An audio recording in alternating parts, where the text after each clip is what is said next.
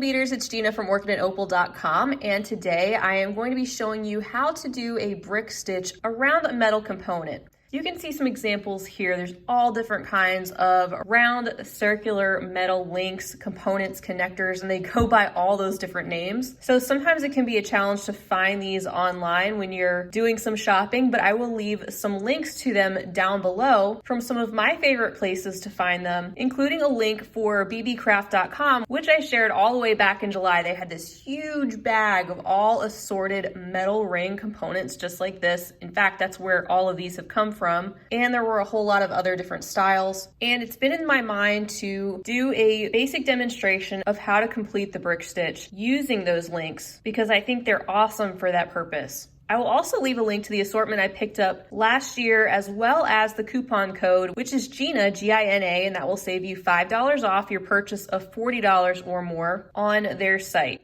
You can see 3 different examples here of brick stitch done around all different metal components in various styles. I do have a tutorial on this one coming up. And as you can see, I've used all different sorts of beads. The thing to note about brick stitch around a metal component is that you'll usually end up starting with a smaller size bead here, the closer to the metal ring you are, and then you can see how I worked my way out to larger sizes. So 11/0, 8/0, 6/0 seed beads on this pink row. And that's because the further you get out from the center, the more space you're gonna have in between each of these beads. So you'll probably either want to go with a larger size bead the further out you get, or you'll be adding more beads to the subsequent rows as you get further out from the center. In addition to just beading the outside of the component, you can also brick stitch the inside, which is done very similarly, and I will show you how that's done in that follow-up tutorial.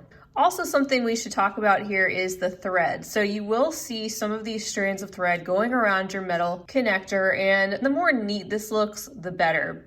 Now, in some cases, you might choose to go with a colorful thread because you're gonna see this and you can just add that as part of the design. Like I could have gone with a bright pink thread if I wanted to. I just used what I had. I have the Fireline, the smoke color. Could have gone with a crystal color, which would have been more clear. If you like to use wildfire, they also have the green color, which is supposed to camouflage pretty well against a variety of different tones. So don't feel stuck with the Fireline if that's not your preferential thread, or if you want to go for something more colorful that really stands out. One other point I want to mention before we get started is think about where you are going to place your ear wires. For example, I did not bead all the way around these metal components, not just so I could get this unique fan shape, but also so that I would be able to attach a jump ring easily around the connector to attach the ear wire. That's a similar scenario to these earrings here. I just did the beading on the bottom portion, which allowed for the ear wire to attach directly to these rings.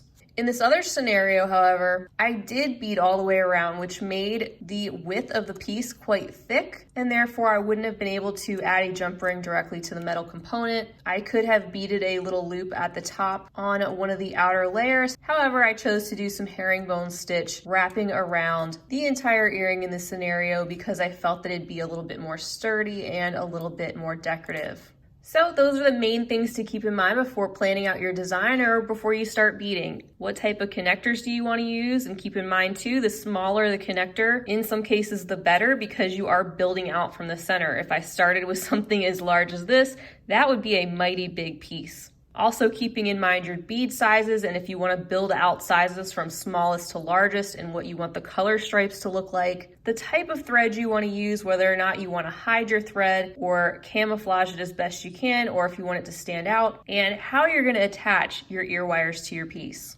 Now for the example that we do today, I am going to use this simple silver component. I was going to use the antique brass, but I don't think the thread will show up quite as well for the video, and I want this to be clear and simple for you to see. And we are simply going to create 3 rows of beading on the outside of the ring, sort of in this manner without the inner embellishment and without the outer scalloping. So I'm going to clear off my workspace and then we will start just with our component, some 11/0s and about 4 feet of thread on a size 10 beading needle.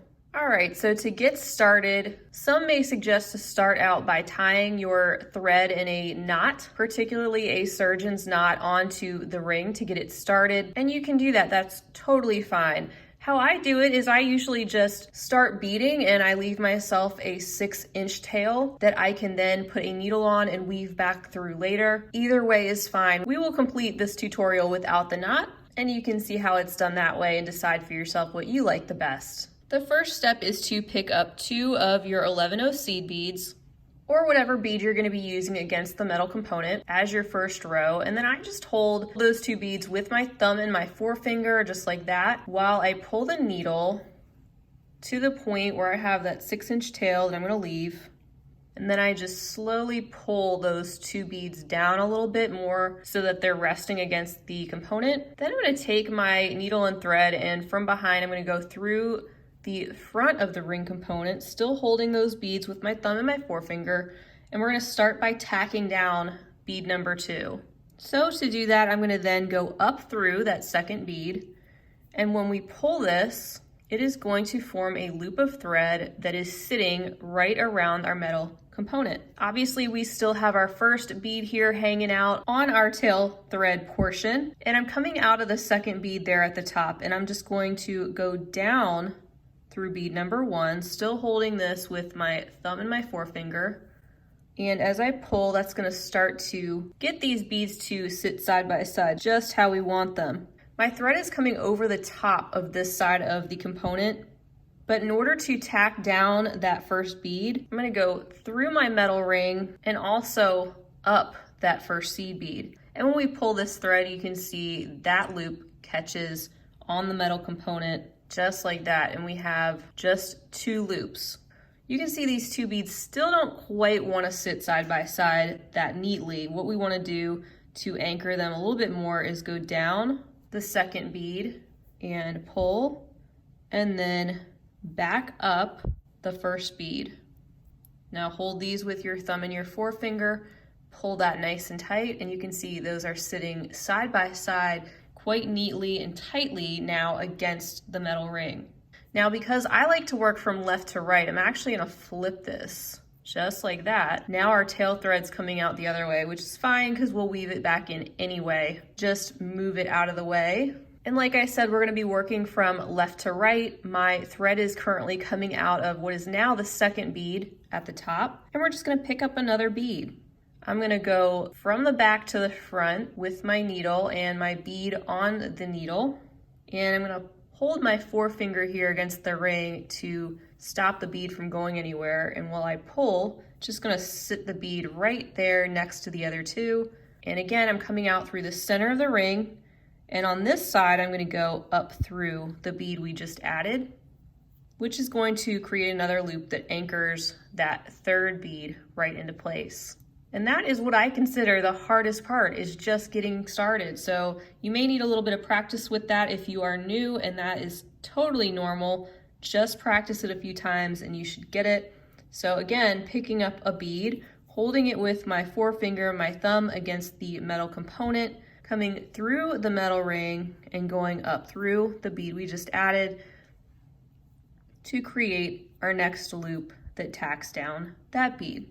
We'll do it again, picking up an 11/0, going from back to front through the component, pulling the thread, and then from the front, going up through the bead we just added, creating our next loop and pulling that nice and tight. And that is how you start your first row of brick stitch against a metal component. I'm going to complete this row a little bit more, and then we will meet back and I will show you how to build onto the first row and create a second row. All right, so I now have about half of my ring brick stitch with the 11/0s. And now let's say we want to complete another row, this time using seed beads in a size up. So I've pulled out the 8/0 seed beads, and now we can start just like we would start a flat brick stitch. We're going to pick up 2 of our size 8/0 seed beads, and I'm going to go to the second thread path, that thread in between both of the beads. So I skipped over the first one, going under the second one, pulling those 2 beads down, and then I'm going to go up through the bead on the left, And then just to tack that one down on the end, I'm gonna go down through the one on the right and then back up through the one on the left. I'm gonna pull that, and you can see how they're sitting there nice and neat. If you were to start this row just by going under the first thread bridge, the second row would stick over the first one just slightly. You can see how this one is just ever so slightly indented. So that's the difference that makes. Either way is fine. It just depends on what you're looking for and if it matters to you. To continue on with this row, I have picked up another 8/0, and I'm gonna go under the next thread bridge that I get to, pull, and go up through the seed bead we just added and pull nice and tight. So as you can see, this is completed the exact same way as brick stitch usually is. And you can just keep doing this all the way around to add on to the first row that you completed. And like I mentioned before, if you still went with 11/0s in this row, that would be okay. It's just that you would have more room, more dead space in between each of those 11/0 seed beads, unless you decided to add more than one over top of each existing one and increasing the amount of 11/0s that you used. And now I've purposely done something so I can show you another factor of this that would be hard to explain otherwise. It's not a perfect science picking up the next size bead and just adding one in between each thread bridge. Eventually, these could become overcrowded and start to curl like that. That's not what you want. If you find that you are now starting to see the next row of beads becoming a little too crowded, then what you'll do is you'll just skip over the next thread bridge that you get to and go through the next one with your next bead, and that will start to spread these out a little bit more, which is something that you'll want to do as soon as that starts to happen. So for example, I'm going to pick up another bead, and instead of going underneath this thread bridge like I normally would, which would start to make this a little bit overcrowded, I'm just going to go through the next thread bridge that I get to. And you'll see it just spaces out these beads evenly, and it will keep them from being too overcrowded. And that's something you have to determine as you go. That's not really something you can always plan on, especially if you're using different types of beads, such as doing a row of fire polish or a row of pearls. You just have to kind of go by sight and decide when you need to make that decision. So you can see if I didn't go to the next thread bridge to space these out, these would not be sitting quite as evenly and they would start to look something like that. And that's not what you want. Now something else you might notice is that on this end, my 8/0 is hanging over the 11/0 a little bit, and on this end it's not. So if you want to, you can pick up an additional bead, and even though you don't have another thread bridge to go through, you can just go directly down through the bead on the end. And you can see now you have one that hangs over on this side a little bit. And then I'm just gonna go up this 11/0, second one through the end, pull, and follow my thread path up the 8/0 on the end. And that will hide that thread and position us where we want to start our third row. All right, so I've pulled out my size 6/0 seed beads this time, and we're gonna start from the left and move our way toward the right. Just like we did before, we're gonna pick up 2 of those beads and go to the second thread bridge that we get to, going underneath that, going up the bead on the right, going down the bead on the left, holding that with thumb and forefinger, and going up the bead on the right. Now give that a nice pull. Now you're ready to continue moving toward the right-hand side. We're gonna do the exact same thing, going under the next thread bridge and then up through the bead. And once again, you're gonna have to just go by sight, possibly depending on what size bead you're using, to just get these two sit next to each other in the best possible way.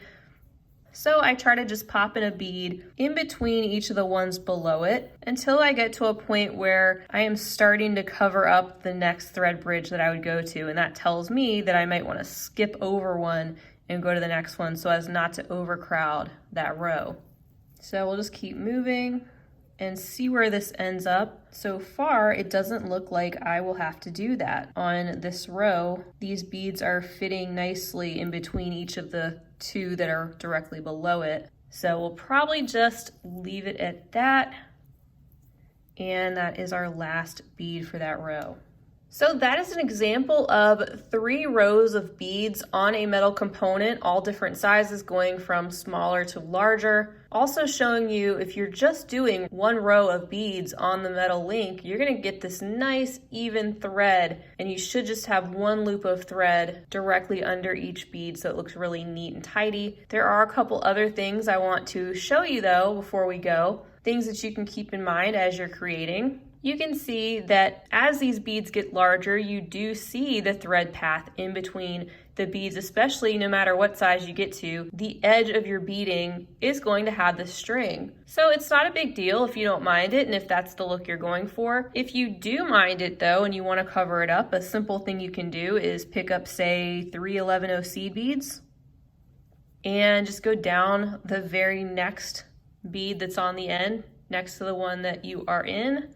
Then go up through the next bead, pick up 3 more, and go down the next one, just like that. So that gives the eye something else to focus on besides the thread right there. And you could also do that all the way around, then come back and fill in the gaps between these two. That's something I did on one of the examples that I showed you in the beginning. And I'm just gonna finish this up. Since I've gone this far, I wasn't planning to do this, but I like the way that scalloped edge looks. So think about bringing in some of the smaller seed beads you used, like I did in that first row, and that kind of ties your design all together by bringing back the gold on this end, like we have the gold in here. And then if I'm coming down through that 8-0 in the center, I would just then proceed down the 11-0 right next to the link. And that's gonna pull this row all together. You might even wanna weave back through the whole piece again, and then eventually finish by going through all of these 3 beads on the end. That will pull everything together so you don't have this last bead gapping. So I'm gonna fast forward through me doing that, and then we will tie off this piece.